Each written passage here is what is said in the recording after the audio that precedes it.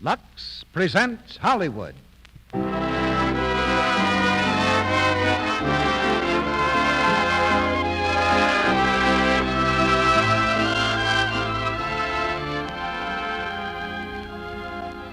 The Lux Radio Theatre brings you Ronald Colman in Libel with Otto Kruger and Francis Robinson. Ladies and gentlemen, your producer, Mr. Cecil B. DeMille.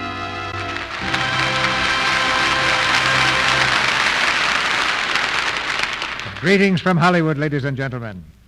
There are probably quite a few parents in the audience with daughters who are slightly moonstruck over certain motion picture stars, and I'll offer them my sympathy right now. You see, I'm the grandfather of a certain young lady, knee-high to a grasshopper, who's very much that way about Ronald Colman.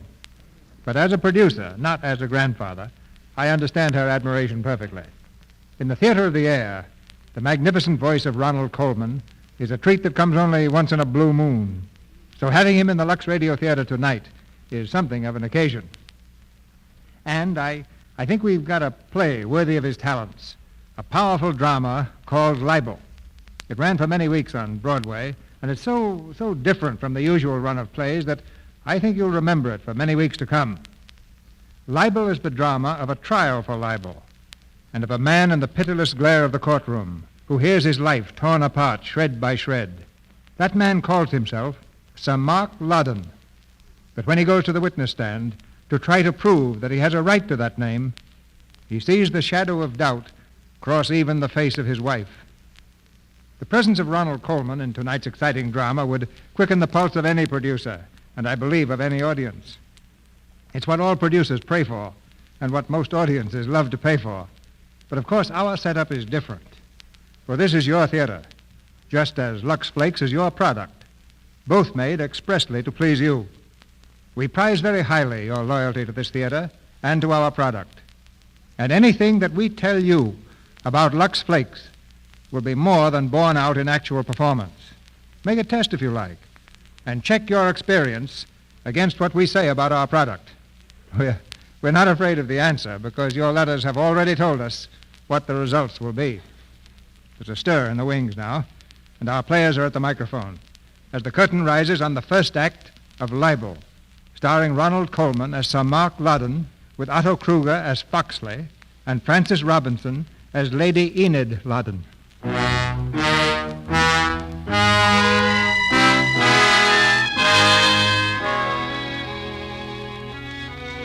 It's 1934, just 16 years after the armistice of the First World War. In the pleasant English countryside stands the home and estate of Sir Mark Loddon, Member of Parliament. A wide drive bordered by trees leads to the front gate. There, hidden in the foliage, a man in rough clothes peers intently at the house. At last he enters the gate and moves slowly toward the door. He rings the bell, and as he waits, he seems to smile inwardly. Good morning. Morning. I'd like to see the master, if you don't mind. I'm sorry, sir, but I don't believe Sir Mark was expecting anyone. Sir Mark, is it? Well, you go tell Sir Mark that Pat Buckingham is here. He'll see me.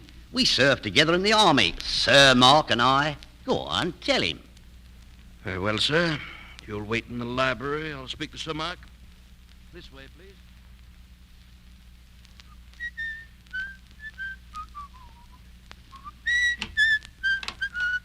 Good morning. Well, hello. Did you wish to see me about something? No, sir. Don't tell me you don't remember me. I'd hardly believe that, sir.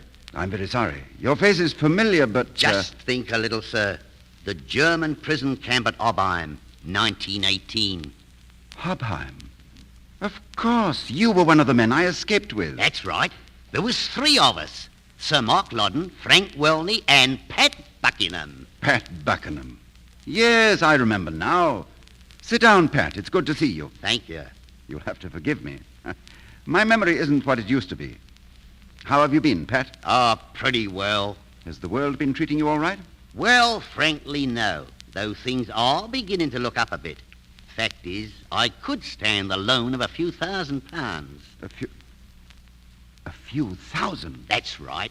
I was in the neighborhood, so I thought I'd just drop by and see if you could help me out. You seem to be fairly well off.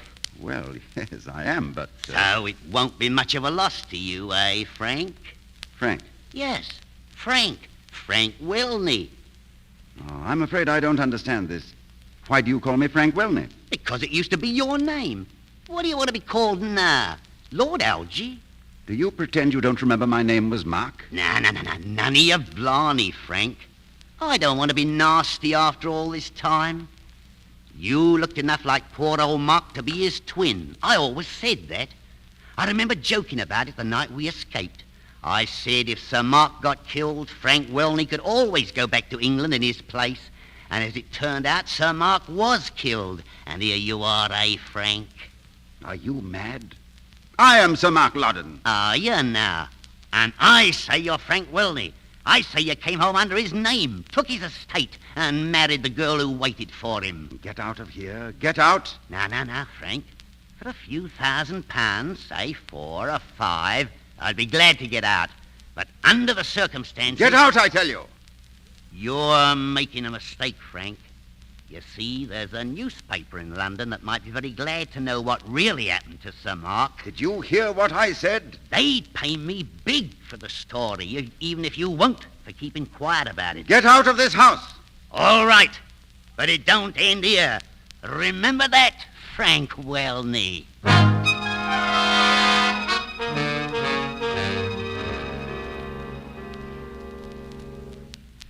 A political imposture. The legislator recently returned to the House of Commons as Sir Mark Loddon, Baronet, is not a baronet, not even a lot. Mark, what is this? Now read it, Enid. It's all there in the paper. It explains itself. But it says you're not Mark Loddon. No, go on. Read it. The man who is now posing as Sir Mark secured his position in Parliament by practicing on the voters the same deliberate fraud that he practiced on his wife. Mark, this is mad. It must be a joke. Yes, that's what I thought at first. But it seems it's not. Well, what are you going to do about it? I intend to sue the Gazette for malicious libel. Sue them? Well, what else can I do? I put the matter in the hands of Sir Wilfrid. He's going to represent me. You're going to court? You're going to let them drag your name through a filthy mess of lies that... Mark, you can't. Enid, listen. If I could ignore this story, believe me, I would. The last thing I want to do is to risk my career, to risk my life, our life together, on anything so stupid. But they won't let me ignore it, Enid. You speak of a risk. What risk can there be? There are hundreds of people right here in our own village who can swear that you are Mark Loddon. That's true, but... Well, then? Well, Sir Wilfrid has advised me to go through with the case, to clear my name. The Gazette is going to contend that I look like Sir Mark Loddon, that I came home after the war and took his name and his place here, but that I am really someone else. Mark, this is horrible. How can they say such a thing? Oh, they were probably glad to get the story. They've been against me politically ever since I took office. But they must realize what it will mean to them if you bring suit. You can ruin them. If we win, of course. If you win? What doubt is there? They've printed a malicious, horrible lie. As plaintiff, we'll have to prove it a lie. I think we can. Think? Mark, I don't understand you. Enid, it's not as easy as it sounds. Not easy to prove that you are yourself. They're going to say that I'm not myself, that I look enough like Mark Loddon to fool anyone, to fool even you. To fool me? Enid, look at me. Look at me, darling. It's going to be very difficult these next few weeks. It'll need all your strength and all your courage. Mark, you frighten me. You are Mark Loddon, I know that. You're my husband, the father of my child, you are. Yes, Enid, of course I am. Then why are you so worried? Oh, you were a boy in this village. You lived in this house. You were born in the east room upstairs. There are things about this house, about the people who lived here, that only Mark Loddon would know. You can tell them. They'll have to believe you then. No, Enid. They'll have to, Mark. Darling, there's something I must tell you. You'll know sooner or later. You'll know in court. I want to tell you now. What is it? Do you remember when I came home after the armistice? I had changed, hadn't I? You'd been shell-shocked. Yes, but no one knew how much I had changed. Only myself. Enid, I had to piece my life together again. In that prison camp at Hobheim, I knew my name only from my identification disc. I knew you only by the letters you wrote that were forwarded to me there. You say I can prove who I am by telling them things that happened here when I was a boy. I can't, Enid. I have no recollection of anything. I remember nothing that happened to me. Nothing. Before I was a prisoner in that camp. Enid, why do you look at me like that? Enid. You are Mark Loddon. You are the boy I knew. You must be. You must be. Enid.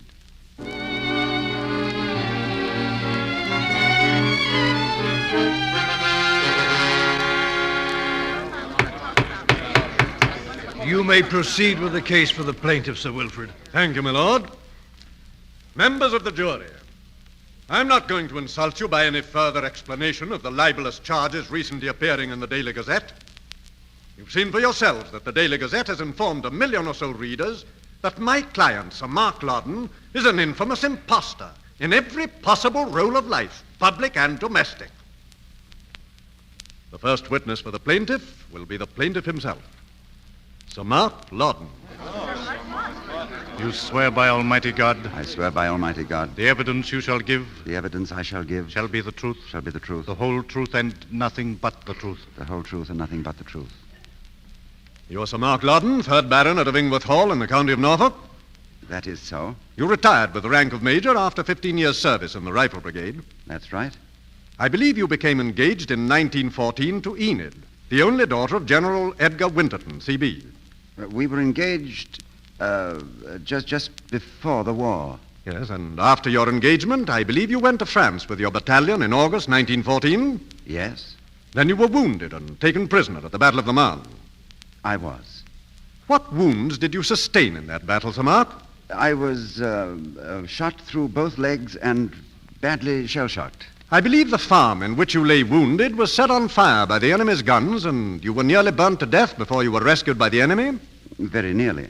Now, what effect did that terrible experience have on you? Those few hours that afternoon turned my hair gray as you see it now. What was it that morning? Oh, I hadn't a gray hair. I was only 22. What happened after you were taken prisoner? I was in a German hospital for 3 months and then sent to an officers' prison camp at Hobheim. When were you released? I was never released. I escaped in October 1918. I reached the Belgian frontier 3 days before the armistice. Yes, and then? Then I made my way fairly easily to the English lines and was invalided home. What did you do then? I retired from the army and had a long rest cure. After 6 months or so, I was as well as I suppose I ever shall be and married my wife. I think your son, Gerald, was born the following year. That is so. You have recently entered public life, and last autumn you were elected Member of Parliament for the Rainham Division of Norfolk. Yes.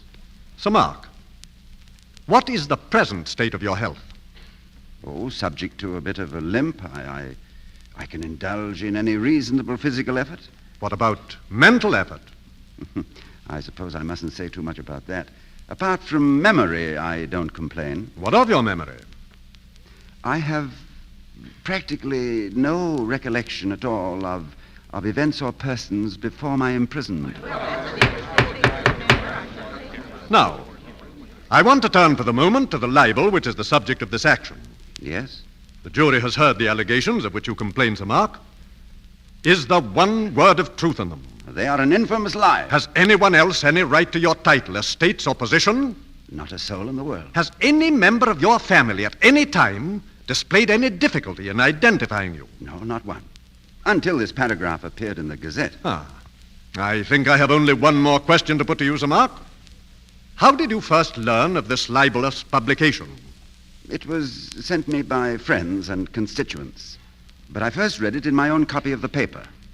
I happen to be a registered reader of the Gazette. I don't agree with its views, but I've always liked all sorts of fiction. Thank you, Sir Mark. That will be all. Does counsel for the defendant wish to examine the witness? We do, my lord. So, you've always liked all sorts of fiction, have you? Yes. I said so. You've indulged that liking to a rather abnormal extent, haven't you? What do you mean? I am suggesting that ever since November 1918, you have indulged in the unscrupulous fiction of being an English baronet. That is an infamous libel for which your clients will have to pay. Of being the lawful owner of the Loddon estates. I am the lawful owner. Keep calm, Sir Mark. And the most unscrupulous fiction of all, of being entitled to woo and marry your wife. My wife doesn't require the protection of the gutter press. On my instructions, I'm not so sure of that. Now, before we go any further, I want to be quite clear. You don't wish to suggest to the jury that any physical or mental disability, that is prison or escape experiences, could possibly make you believe you were someone other than yourself? Do you suggest such a thing? No, I don't.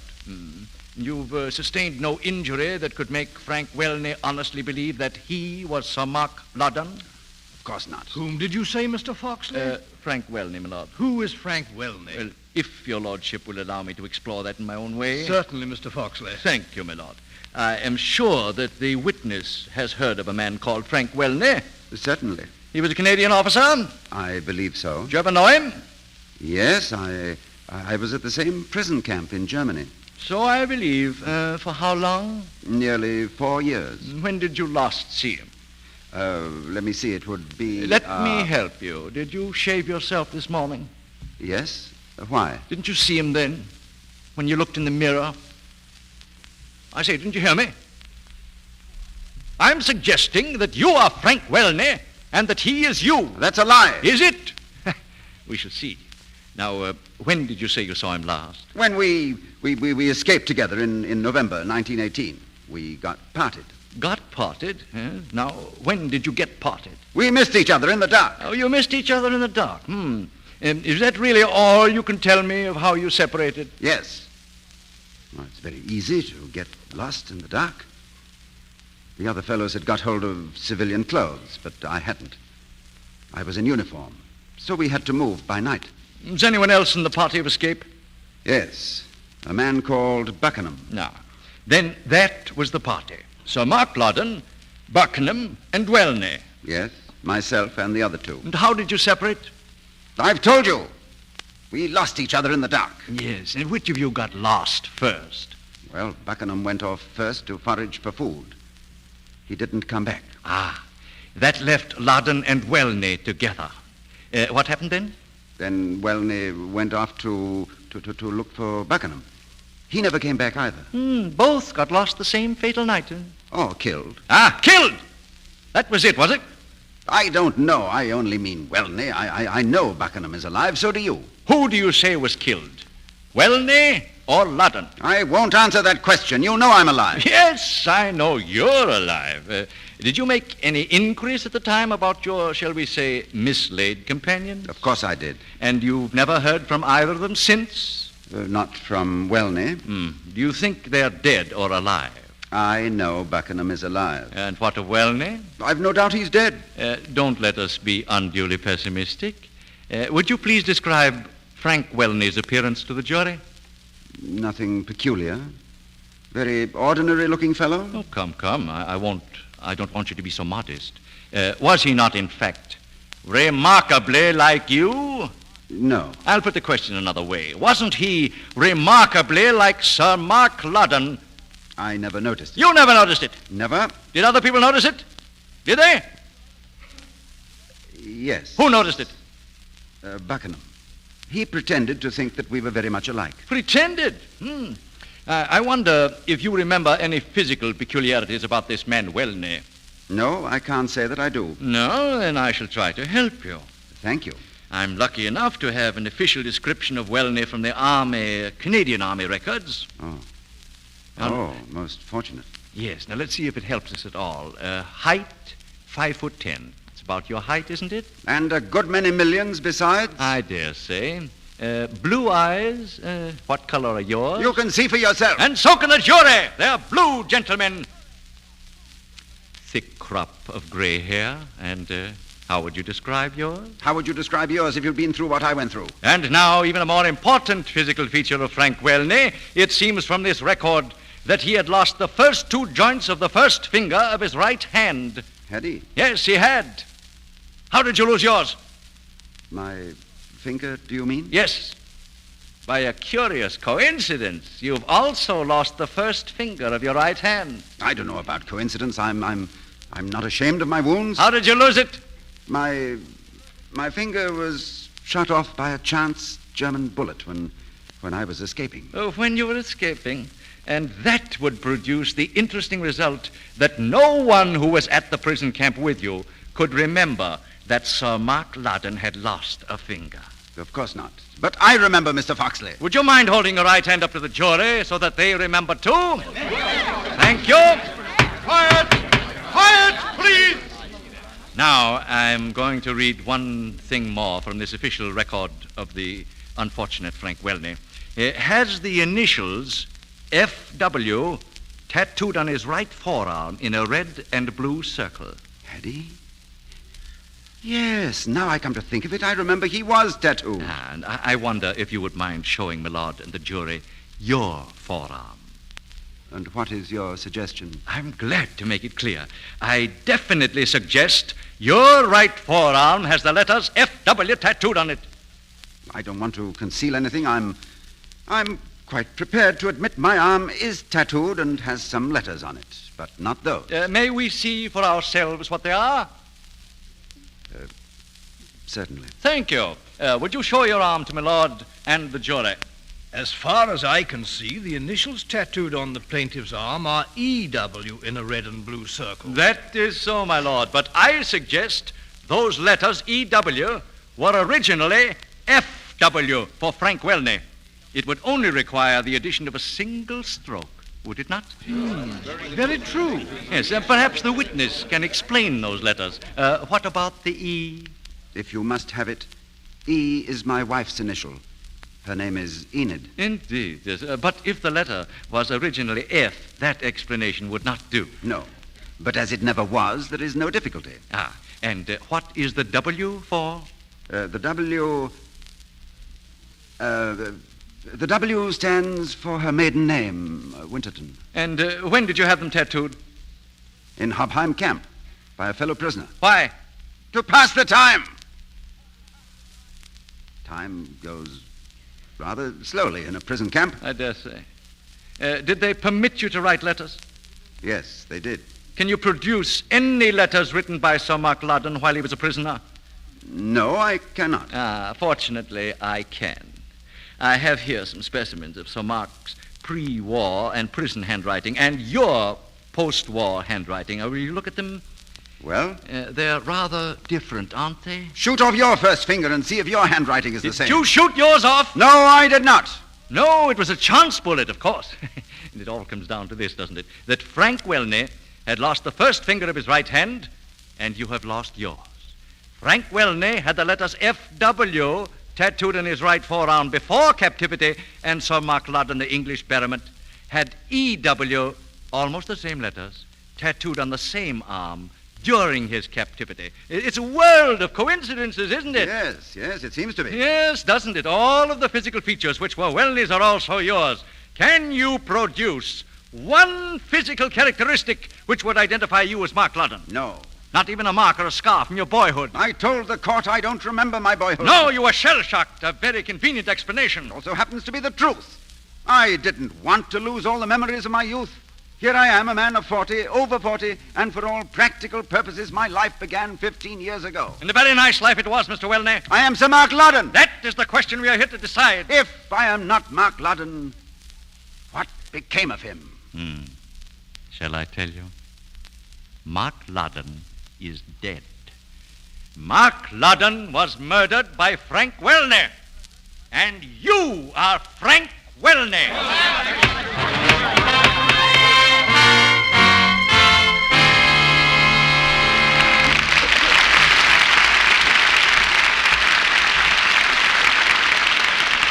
So the curtain falls on Act One of Libel, starring Ronald Colman, with Otto Kruger and Francis Robinson.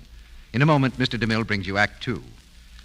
Meantime, let's take an imaginary trip from coast to coast. Listen. San Francisco, Chicago, Philadelphia, New Orleans. Now, that's a glimpse of the kind of thing that happened when an impartial survey was made in cities all over the country. Doorbells were rung, and thousands of women were asked questions like this. Would you tell me, please, what soap you use for stockings? Why, Lux Flakes, of course. Then the same question was asked about other nice things. And in thousands of homes, east, west, north, and south, the answer was Lux. Finally, when all the interviews were read and tabulated, it was found that... all over the United States, it's new Quick Lux Flakes 2-to-1. Right. Twice as many women use new Quick Lux Flakes for stockings, underthings, and other nice things as use any other flakes, chips, or beads. Now, that's a vote of confidence, isn't it? No wonder women are crazy about new Quick Lux, Mr. Ruick. Yes, it's so fast. Why, in water as cool as your hand, it's 3 times as fast as any of 10 other leading soaps tested. That's a big help when you're busy, Mr. Ruick. It saves time. And new Quick Lux Flakes are so gentle, safe for anything safe in water. And that saves stockings and other nice things. And new Quick Lux is thrifty to use, too, because a little goes so far. No wonder it's America's favorite way of washing all kinds of nice things. Why not get a generous big box tomorrow and give your stockings, underthings, your washable dresses and blouses, your gloves and sweaters, this fast, thrifty, safe care. New Quick Lux comes in the same familiar package, and it doesn't cost you a cent more. Now, your producer, Mr. DeMille. Act 2 of Libel, starring Ronald Colman as Sir Mark Loddon, with Otto Kruger as Foxley and Frances Robinson as Lady Enid.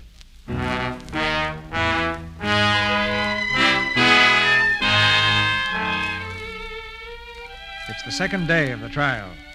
An hour before court is to reopen, the man known as Sir Mark Loddon confers with his counsel. Sir Mark's face is white and drawn, his eyes bright and feverish. Restlessly, he paces the library as he speaks. Oh, it's not for myself that I mind, it's for Enid. I watched her yesterday in court. She was so bewildered and hurt. If only there was some way of sparing her. We had to bring the suit, Mark. It was the only thing to do. I realize that. You've said it 20 times. Mark. I'm sorry, Sir Wilfrid. My nerves are all on edge. Did you sleep last night? How could I sleep? I went over every word of the trial, hour by hour. You should have tried to rest. We have a hard day ahead of us. Could it possibly be any harder than yesterday? What'll they do? Put Buckingham on the stand first, I imagine. After that, I don't know. Buckingham. There's a witness for you. I think I can take care of Buckingham. Mark, why didn't you tell me about those tattoo marks? The letters E.W. on your arm, why didn't you tell me? Well, I didn't think it was important. Yet you knew that Welney had almost the same letters on his arm. The inference that F might have been changed to E was something that I should have been prepared for. And I didn't tell you. Am I supposed to remember every minor detail of something that happened 16 years ago? That minor detail, as you call it, may prove very damaging. If I'm to represent you, Mark, you must not withhold anything that may have a bearing on the case. Withhold? Why should I withhold anything from you? I don't know, Mark. You're beginning to talk like Foxley. Don't you believe me either? I'm only trying to look at this through the eyes of the jury. That's my job, Mark. And in the eyes of the jury, I am an impostor and a murderer. Is that what you mean? I mean that minor details can sometimes blind a jury to the truth. We must be careful, Mark. Very careful. Oh, Enid. Come in, dear.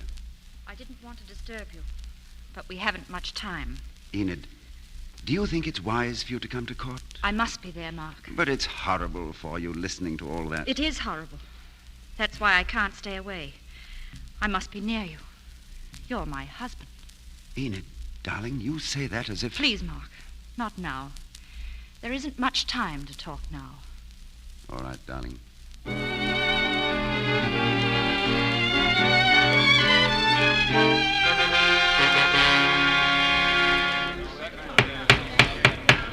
Now, Mr. Buckingham, let's get on to October 1918. What happened then? Our guards were reduced, so we tried to escape. And who were we? Loddon, Welney, and me. We got off all right at the first attempt and trekked towards the Belgian frontier, moving at night. Go on. A few days before the armistice, we reached the outskirts of a small town, Stavelot, just over the frontier by Malmedy. What happened then? Well, it was my turn to forage for food. I went off and left the other two in the wood about half a mile up the hill outside the town. When I got back, Welney had done a bunk. Done a bunk? He disappeared. Only Loddon was there, and he... Yes, what happened? Well, I don't suppose we'll ever know the exact truth. Will you tell the jury what you saw? I saw poor old Mark Loddon where I'd left them both. He was lying on the ground with his head bashed in. Any signs of a struggle? Rather. Loddon's clothes were more red than khaki. His arm had been smashed to a pulp. Which arm? His right arm. He was smothered in blood, face and arms. And you say there was no trace of Welney? Not a sign. What did you do? I saw poor old Mark was dead, but I couldn't leave him there. So I lifted him as well as I could and took him along to the door of the first big house, left him on the step and ran away. But you're sure that Sir Mark was dead? As dead as mutton. Thank you, Mr. Buckingham. Your witness, Sir Wilfrid. Mr. Buckingham, am I right in assuming that your suggestion is that Frank Welney murdered Sir Mark Loddon? Of course he did. I left them together. What time was that? About 8 or 9 o'clock. Was it dark? It was dark, I've told you so. Then how can you be so sure it was poor old Mark and not Welney that you carried? No. His face was smothered in blood. No doubt about it. If I hadn't known his shape when I carried him, I'd have known his uniform. He was the only one of the party in uniform. I see. Now tell me, Mr. Buckingham, it's some years since you were demobilized. It is. And where have you lived during those years? Different places. I wonder if I can guess some of them. Did you spend 9 months in Liverpool jail? Yes, I did. What for? Is that important? Very important. Well, it was a misunderstanding, that's all. Really? And then did you spend 18 months in Newcastle? Yes. In prison again? Well, what was that for? Same sort of thing. I was just... Wasn't it for blackmail? Something of the sort. Blackmail. And then did you get 3 years in the Old Bailey? Yes. Another misunderstanding. Yes, it was. Blackmail again. Some people might describe you as a professional blackmailer. Then some people would be wrong. We'll let the jury decide that. Your witness, Mr. Foxley? You have served several terms of imprisonment. Yes. For fraud and blackmail. Well, yes, I can't deny it. Have you ever been charged with murder? No. Or attempted murder? No. And of what do you accuse the plaintiff? Of murdering Mark Loddon and slipping into his shoes. That's all. Witness excused. And now, my lord, I should like to ask for a short recess. Recess at this time? If it please your lordship, it is most necessary I would not ask it. The most important witness in this case will arrive here within the hour. He must be a very important witness, Mr. Foxley. You've had time to prepare this case. Why wasn't the witness summoned in time? He was, my lord. It took some time to prepare for the journey. This witness is coming from the village of Stavelot on the Belgian frontier.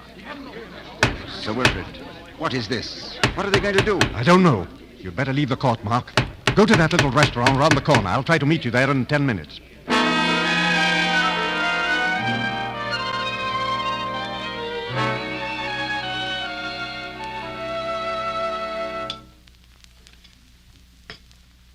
Another cup of tea, sir? No. Thank you, no. Nothing wrong with it, is there, sir? No, it's just I don't want any more, please. Very well, sir. Mark! Sir Wilfrid, I thought you'd never come. Sit down. Well, I found out who it is. the witness? Who? It's a man named Loddon, a doctor. A doctor? Listen, Mark. That body that Buckingham left at the door in Stavelot. Yes? Dr. Loddon discovered it that night. Yes, go on. He took it into the hospital, and whoever it was, Mark, that man is still alive. What? He can't be. Mark. He's dead, I tell you. That man is dead. He must be dead. Mark, what are you saying? What do you know about this man?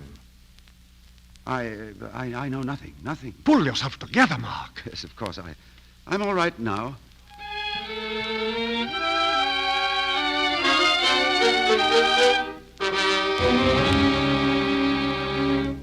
And you say, Dr. Loddon, that you practice as a doctor of medicine in the town of Stavelot on the old Belgian frontier? Yes, monsieur, for more than 20 years, that is so. And you were there 1918? I was.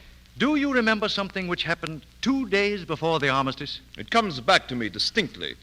A boy summoned me at midnight to a farmhouse near the town. There on the doorstep lay a man in a very old English uniform. I knelt down. I felt the pulse, the heart. The man was not quite dead, but so nearly a corpse has made no difference. What did you do? There was no hope for recovery. But I determined to do my best. I dressed his wounds at the farm, and the next morning had him removed to my hospital for mental cases. And then? Gradually, a miracle occurred. Sometimes it so happens. One life is cut short and another is spared. Sometimes a life that means nothing, less than nothing. Let's get on, please. What happened as a result of your treatment? As I have told you, it was a miracle. My poor unfortunate recovered completely, in a physical sense. But the appalling concussion of the blows which so nearly killed him has deprived him of all intelligence. Deprived him of intelligence? Oh, what do you mean? Can he speak? I cannot say. He has a tongue. He has not ever used it. He cannot understand a word written or spoken, English or French. He cannot think. Really? How can you say that? Because I, Émile Flourdon, have studied these things and know. He is a living log, no more. And he has been an inmate in your mental hospital ever since the night you found him? Yes. We call him number 15. Number 15? Why? What other name could we give him? We knew him not. And that has ever since been the number of his cell. I believe that you can produce one or two exhibits associated with this sad case. Yes. This is the khaki jacket number 15 was wearing at the time. You see how it is stained with torrents of blood. It has lost the right sleeve. It is unfortunate. I had to cut that off to examine the arm. It could not be helped. My lord, members of the jury, please notice that this jacket is of the type worn by officers of the Rifle Brigade. Sir Mark Loddon was a captain in the Rifle Brigade. Now, Doctor, can you produce anything else? Yes. I have brought with me another exhibit from Belgium. Number 15 himself. Number 15? Yes, my lord. That so unfortunate body without a brain. May my assistant bring him in? He is, of course, in a wheelchair. Well, I'm sure my lord will allow it. Let him come in. Bring in number 15.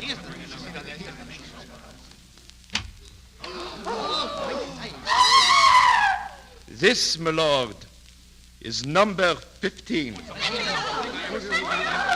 the lady from the court. You will notice, my lord, that the features are unrecognizable. Bring him closer, please. Thank you. You will also notice that he breathes with great difficulty. The bone structure of the head was badly smashed. With some heavy instrument? Very heavy. Possibly the butt of an army rifle. I see. Now, Dr. Flourdon, there is a very important question in this case. Yes, monsieur? It is whether the real name of this poor man here is Wellney, or whether his real name is Sir Mark Loddon. That is indeed an interesting question. And poor number 15, he does not know. He cannot tell. It would obviously be useless to question him. Useless indeed, monsieur. Nevertheless, with my lord's permission, I should like to establish that this man is incapable of knowing who he is. You have my permission. You may question him. Number 15. Do you hear me? Number 15. Do you know your name? It is no use, monsieur. Please, please. Number 15.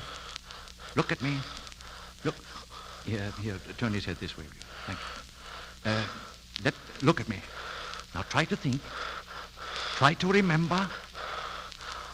Have you ever heard of a man called Sir Mark Loddon? Stop it, let him alone, Mark, be quiet. Don't you see what they've done? They've brought a dead man here. I can't stand it. I can't look at him. No, because you can't bear to see the result of your handiwork. He's not alive. Look at his face. Yes, look at it. Mark, he's a corpse. He's been dead for 15 years. Take him back to his grave. Let him rest. My lord, a recess, please. Sir Mark has collapsed.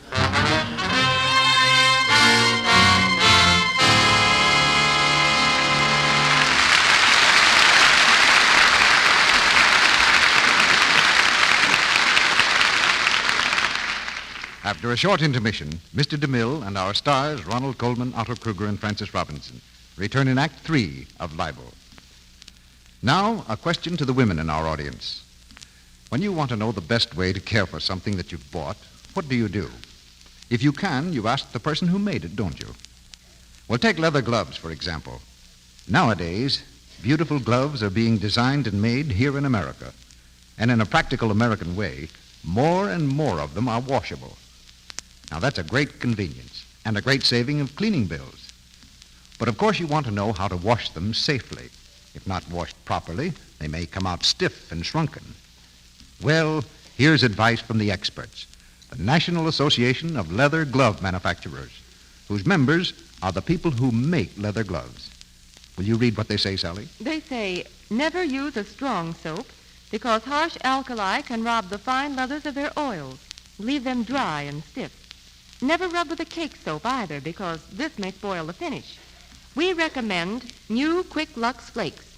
Now, that's expert advice, and it's sound, because new Quick Lux has no harmful alkali. And with the instant rich Lux suds, you don't need to rub. Maybe our audience would like some tips about glove washing, Mr. Ruick. I think that's a good idea, Sally. Well, here they are.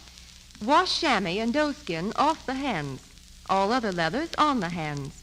Use cool Lux suds and press the suds gently into the gloves. Rinse in cool water, and for a last rinse, use some fresh, light Lux suds. Squeeze out the moisture in a towel. When partly dry, work the leather between your fingers. It will come out soft as new. Thank you, Sally. And remember, the American craftsmen who make the lovely gloves now on sale in stores want you to get splendid wear. Follow the advice of the National Association of Leather Glove Manufacturers. Use gentle, new Quick Lux Flakes for all washable gloves. We pause now for station identification. This is the Columbia Broadcasting System.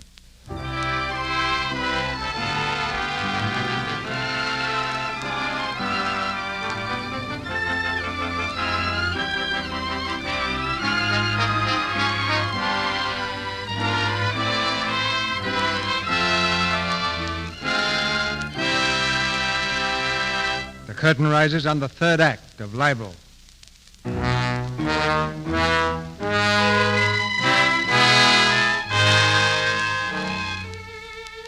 third day of the trial, with the evidence mounting against the man called Loddon. Sir Wilfrid in desperation put Lady Loddon on the stand, but her testimony lacked conviction, and now the opposing counsel is cross-examining. And your husband was married to you as Sir Mark Loddon? Yes. Now, only a few more questions from me, Lady Loddon. Did Mark Loddon ever write to you from captivity? At regular intervals after the first 2 months. I want you to search your memory most carefully. Did any of those letters reveal to you any loss of pre-war memories? No. He said nothing of it. He asked me to wait for him. And you did? Yes. I waited. Did he ever complain in those letters of shell shock? He never complained of anything. One final question, Lady Loddon. Do you now believe your husband, the plaintiff in this action, is really Mark Loddon?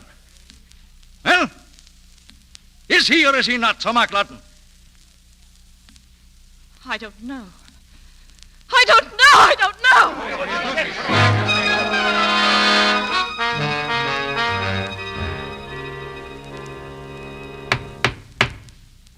Well, Sir Wilfrid, have you decided to adopt any particular course? Is this case to go to the jury? Our position, my lord, is very difficult. But I fear I must yield to my client's insistent desire that I should exercise the right your lordship reserved to me. The right to recall the plaintiff on the question of the uniform jacket, which was produced by Dr. Loddon yesterday. I believe I did reserve that. Your client has the right to give his evidence on that one point. Sir Mark, will you go into the witness box, please? Seems to be under great strain. He can, if he likes, give his evidence sitting down. Thank you, my lord. Sir Mark, you had an opportunity yesterday of seeing the uniform jacket produced by Dr. Loddon. Yes. You admit it's a rifle brigade jacket? Oh, most certainly. I have no doubt that jacket was mine.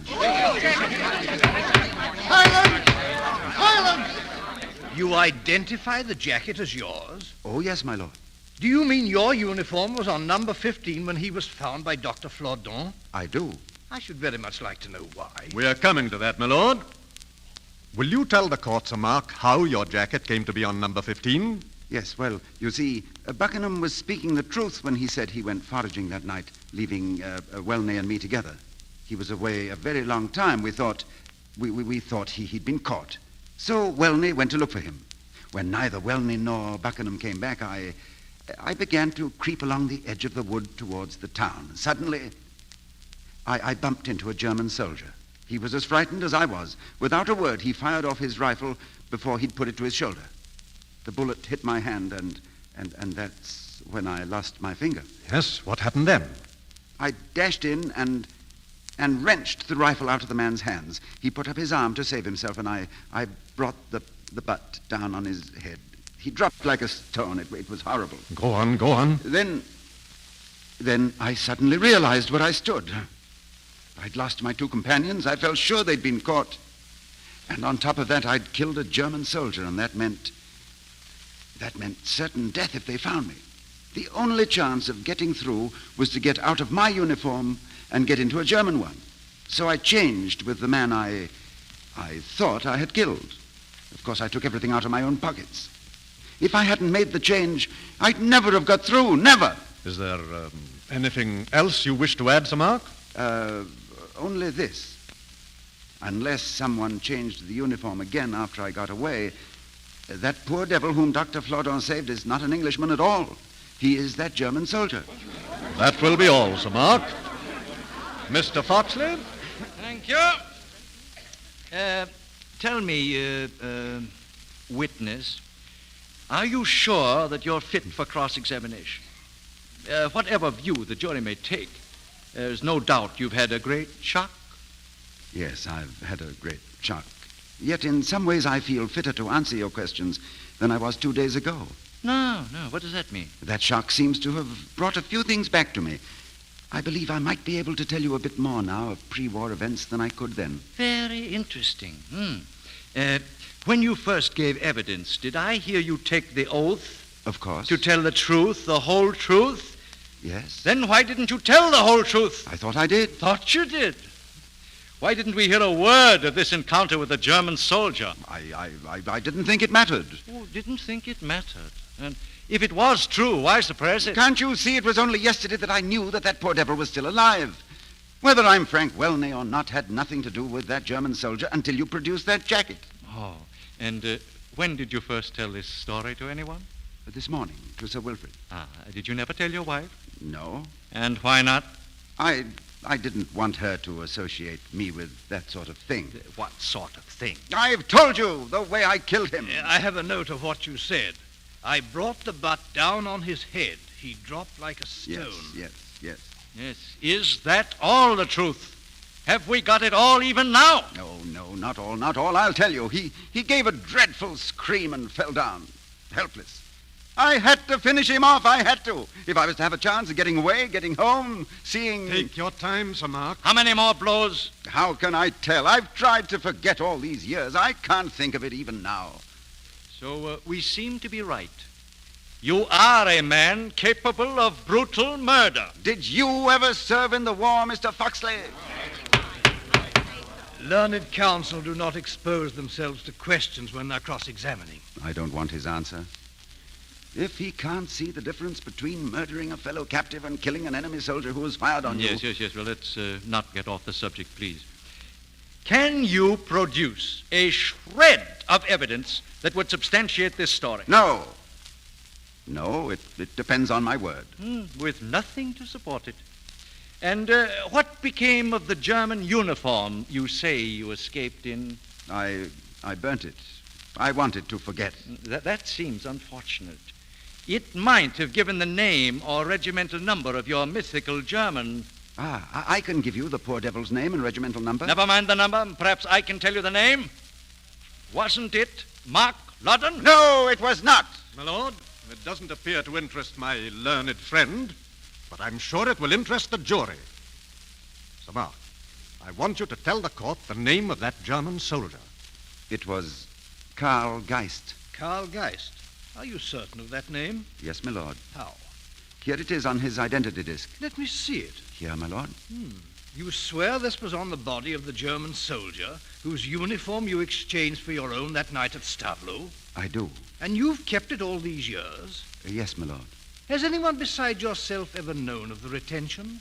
No, my lord. I've kept it locked up. It seems to me it becomes increasingly difficult for a jury to give a verdict in this case. My lord, I only want the verdict of the jury for the sake of one person, and that is my son. I've already lost the only verdict I wanted for myself. No, Mark. I believe you. I do. I believe you, Mark. Silence! Silence! Has the witness anything more to say? My lord. Yes? Something has just come back to me. And what is it? May I look at my jacket? Certainly. Pass the jacket to the plaintiff. Well? Will someone lend me a knife? A knife? What for? I want to cut something I sewed in the back of my breast pocket. Something you sewed in? 2 50-mark notes and... I don't know that we can let you mutilate an exhibit. Oh, my lord, I've admitted it's my jacket. And you can see where I sewed it up. Where you sewed it? You sewed something in the lining? Yes, my lord. When did you do that? Oh, when I was at Hubheim. If I might have a knife to cut these stitches. You may. Who has a pocket knife? Sure, my lord. Give it to the witness. Thank you. Before I started to escape from Hubheim with Welney and Buckingham, I wasn't too sure of my companions or what might happen to things in my pockets. I don't seem to have been far wrong. So I sewed inside the lining of this breast pocket a photograph and 2 50-mark notes. If this is my jacket, they should be here now. Well, cut it. Cut the lining. Yes, of course, yes. Here. Well? Here are the notes. And here is the photograph. May I see the photograph, Sir Mark? It was taken many years ago, but I suppose you can recognize it. It all begins to come back to me, my lord. This is the first photograph my wife gave me when we were engaged. I took it with me to France. I always had it in that pocket. I see something is written on it. To Darling? Need that be read aloud, my lord? I think it should. Members of the jury, on this photograph, these words are written. To Darling Mark, with all my love, Enid. With all my love. Mark! My lord. Yes, Mr. Foxley? My lord, my client has made a great mistake. We are more than sorry for the great trouble we have caused. This man is obviously Sir Mark Loddon.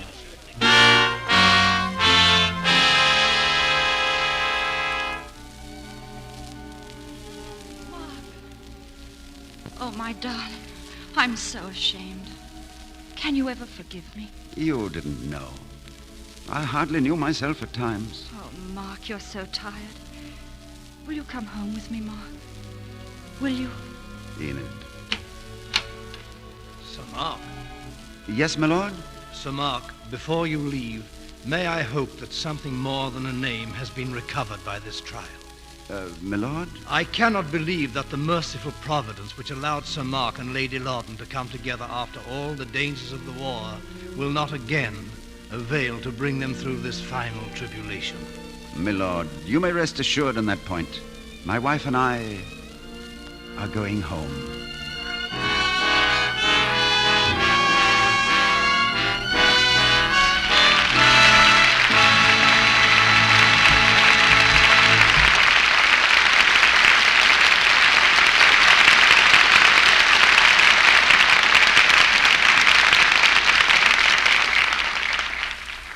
In just a moment, Mr. DeMille brings back Ronald Colman for a curtain call.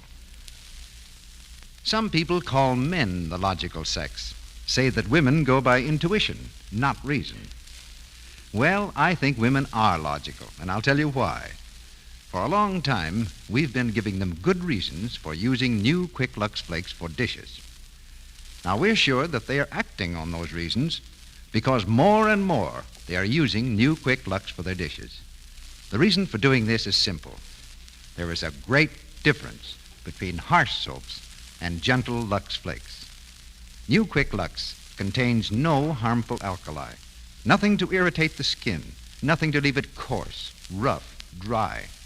That's why, in hundreds of dramatic one-hand tests, Lux proved so much kinder to hands. These tests, as I've told you, were absolutely impartial, made by a well-known scientific laboratory. They included 5 soaps widely used for dishes. In the tests, each woman dipped one hand in Lux suds, the other in suds from a different soap.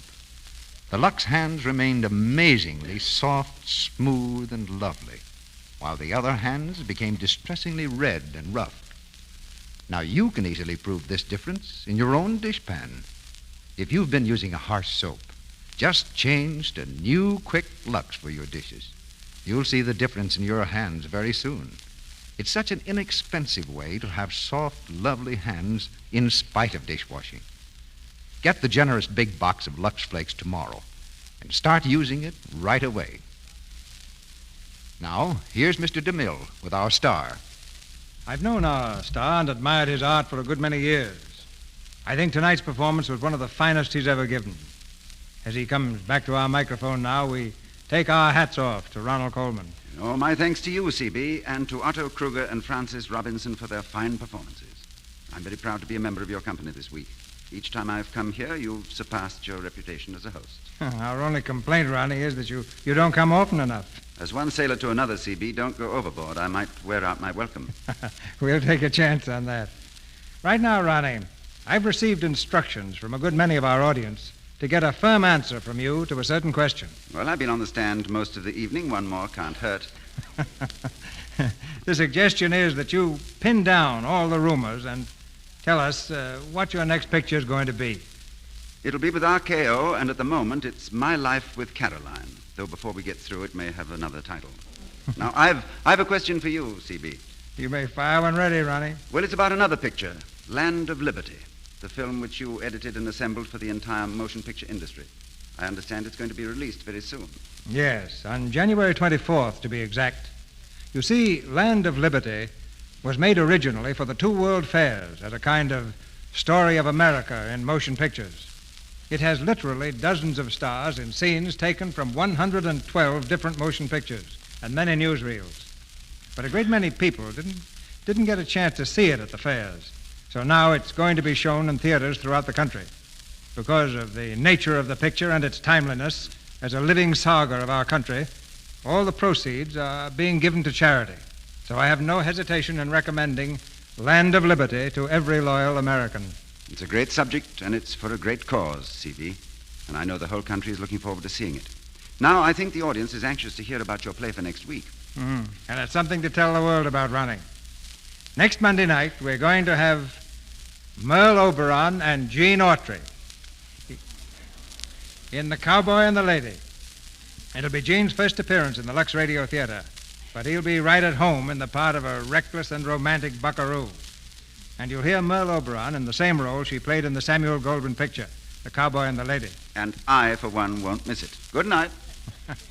Good night, Ronnie. Good night. That applause is your second verdict tonight.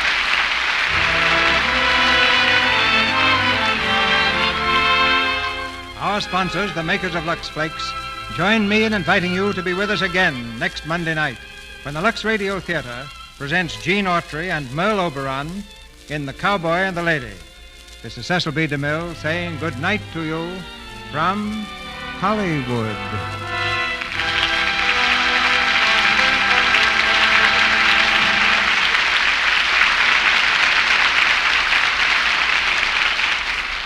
Francis Robinson is currently seen in the Columbia picture So You Won't Talk. Heard in tonight's play were Vernon Steele as Sir Wilfrid, Alec Hawford as Buckingham, Jeff Corey as Dr. Flourdon, Eric Snowden as Judge, Jack Lewis as his associate, Noreen Gamil as waitress, and Lou Merrill as Miles. Our music is directed by Louis Silvers.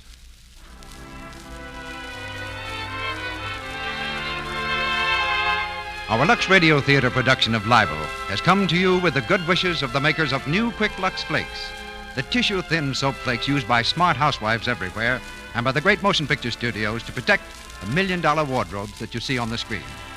Join us again next week. Be part of the coast-to-coast audience that gathers each week to enjoy this hour of dramatic entertainment. This is your announcer, Melville Ruick, bidding you good night. And this is the Columbia Broadcasting System.